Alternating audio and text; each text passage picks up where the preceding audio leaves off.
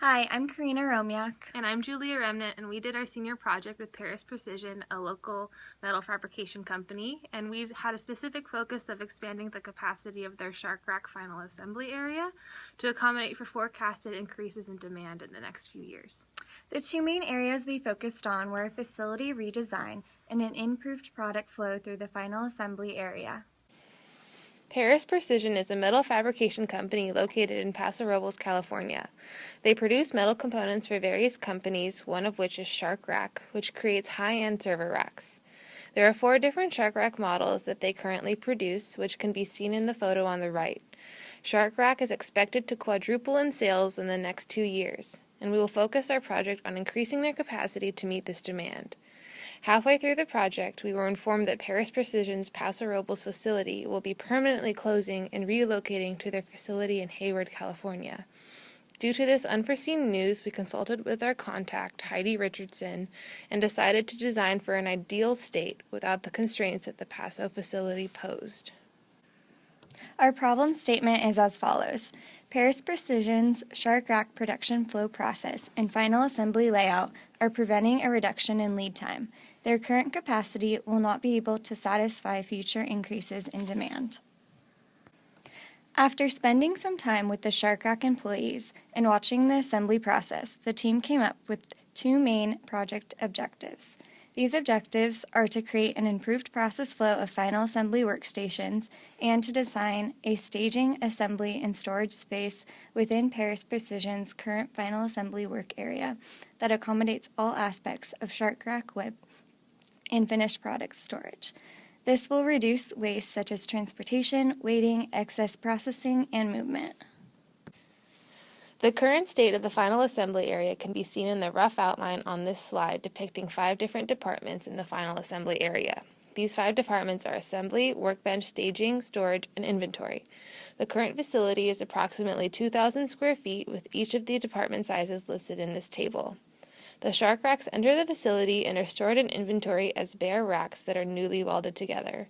They have no additional added parts. The Shark Rack assembly employee assembles 5 Shark Racks at a time. The company has divided the Shark Rack assembly into 2 steps, the second step requiring pre-sub-assembled parts. These 2 steps are named 0 to 85% assembly and 85 to 100% assembly. The 0 to 85% assembly is where 85% of the additionally assembled parts are added. At this point, the parts are at an assemble to order completion level. The remaining 15% of assembly is subject to what the customer has ordered. The 85 to 100% assembly requires many sub-assembled pieces. These pieces are items such as doors that require hinges, handles, etc.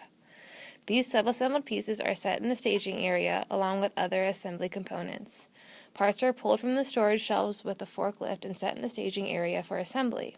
The assembly worker then travels to and from his workbench to the assembly area and the staging area to complete either 0 to 85% assembly, sub-assemblies, or 85 to 100% assembly. Once either of these steps are complete, the rack is taken to inventory to await 85 to 100% assembly or to the shipping area to be shipped to the customer. In an effort to better understand the areas of final assembly with the most traffic, we conducted a spaghetti diagram. This diagram showed that there was a lot of movement between assembly, staging, and the workbench, and notable movement between storage and staging. To confirm the relationships between the departments stated previously, the team conducted a department relationship analysis using this relationship diagram. This diagram relates each department to each other depending on how important it is for each department to be next to each other. The 5 circled designations were of particular interest. These relationships are staging and storage, staging and assembly, staging and workbench, inventory and assembly and workbench. This helped to realize which area should definitely be near each other in the final facility layout. Next, the square footage requirements for each department was considered. The storage space requirement stayed the same. Although there was a forecasted increase in demand, many of the storage shelves were not filled to their capacity. Inventory storage space was doubled, staging was also doubled, and due to the results from the Simeo model, the workbench space and assembly area were also doubled. The amount of aisle space was dramatically increased, as one of the biggest pains that was discovered from an employee interview was that there was not enough space for the forklifts to remove product from the storage shelves without running into the staging area. We wanted to make sure that there was plenty of space for the forklifts to navigate through the space. Before constructing a new facility layout, we wanted to be sure to understand what was required from the company's perspective that would qualify an improved facility layout. These requirements are: there must be enough space for component storage, they must have enough space for any forklifts or pallet jacks to move around the aisles and the staging pallets, there must be enough space in the assembly area to allow for assembly of at least 5 shark racks at a time, the design should promote a natural flow of product from inventory to assembly and from component storage to staging. The tool storage is easily accessible. The workbench is near staging and assembly, and that there is adequate lighting. For the new facility layout, we decided to use SketchUp for a few reasons. One of these is that SketchUp provides the right level of accuracy required for this type of facility design. This software was also very user-friendly and allowed for quick design changes and multiple layout options. 2 main facility design alternatives were designed and considered, and each design went through multiple design and edit iterations. To create these facility layouts, we used the results from the design reasoning and data from employee interviews mentioned earlier to ideate changes in their current state design. Here are some examples of how SketchUp was used to create a model of the current state facility layout.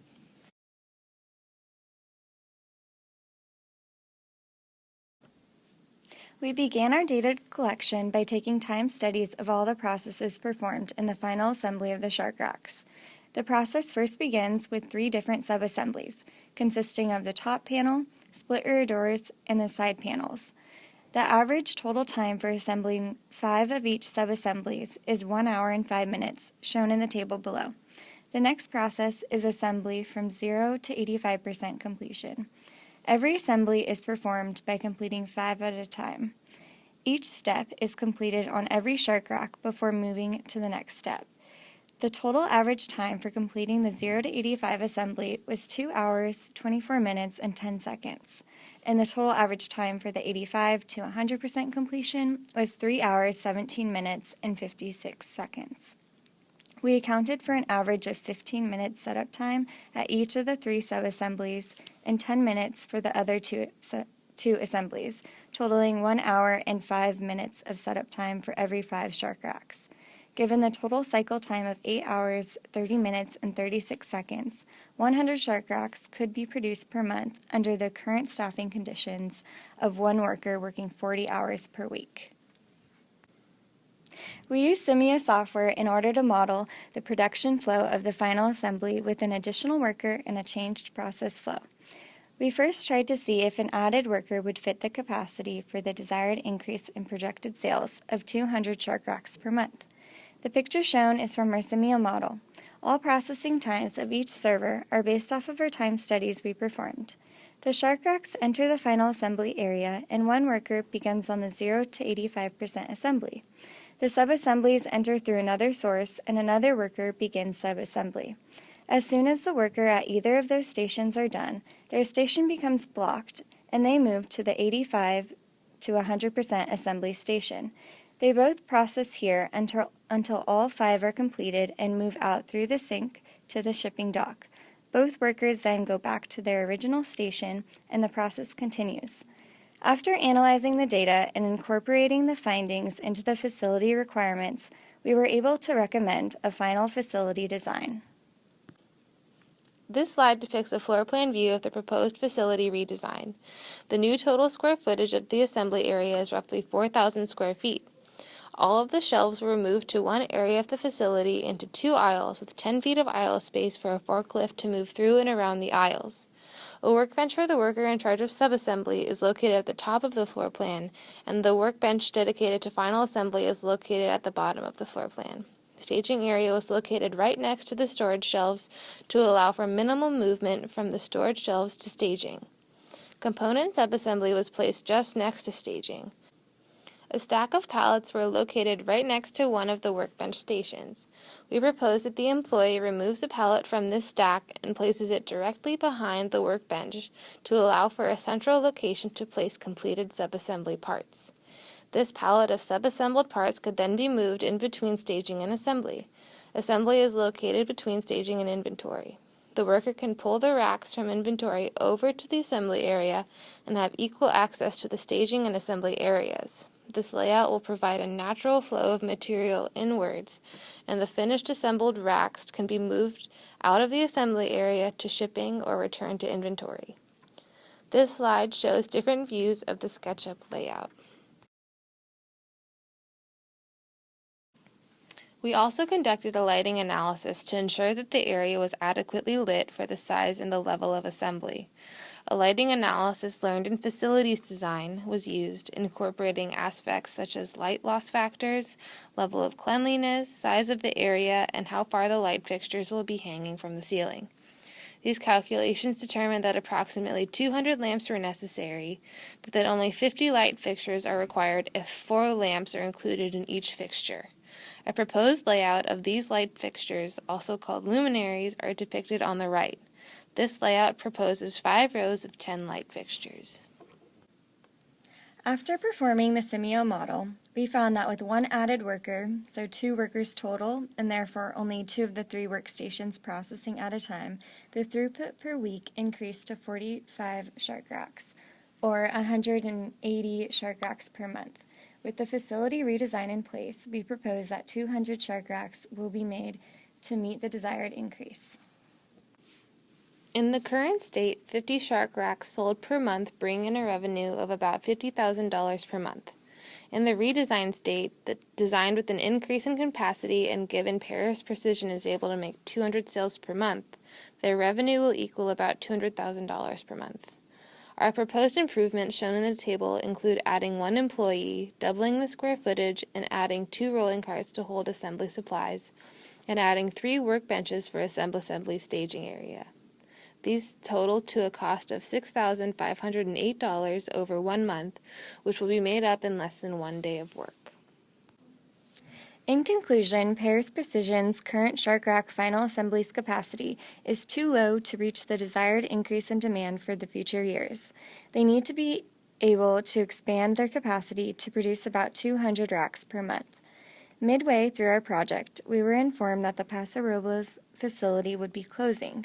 We then redirected our project to be designed for an ideal state. We collected data through time studies, facility dimensions and observations, and employee interviews. In order to analyze the current state and to propose suggestions, we used both SketchUp software and Simio software. Our final recommendations include a redesign of the facility layout to 3,800 square feet that allows an increased flow and movement throughout, an addition of 1 employee to the subassembly, and the 85 to 100% assembly workstations, 2 rolling carts that aid in the assembly processes and help reduce processing time, and 3 workbenches for a designated subassembly workstation area. Thank you for watching.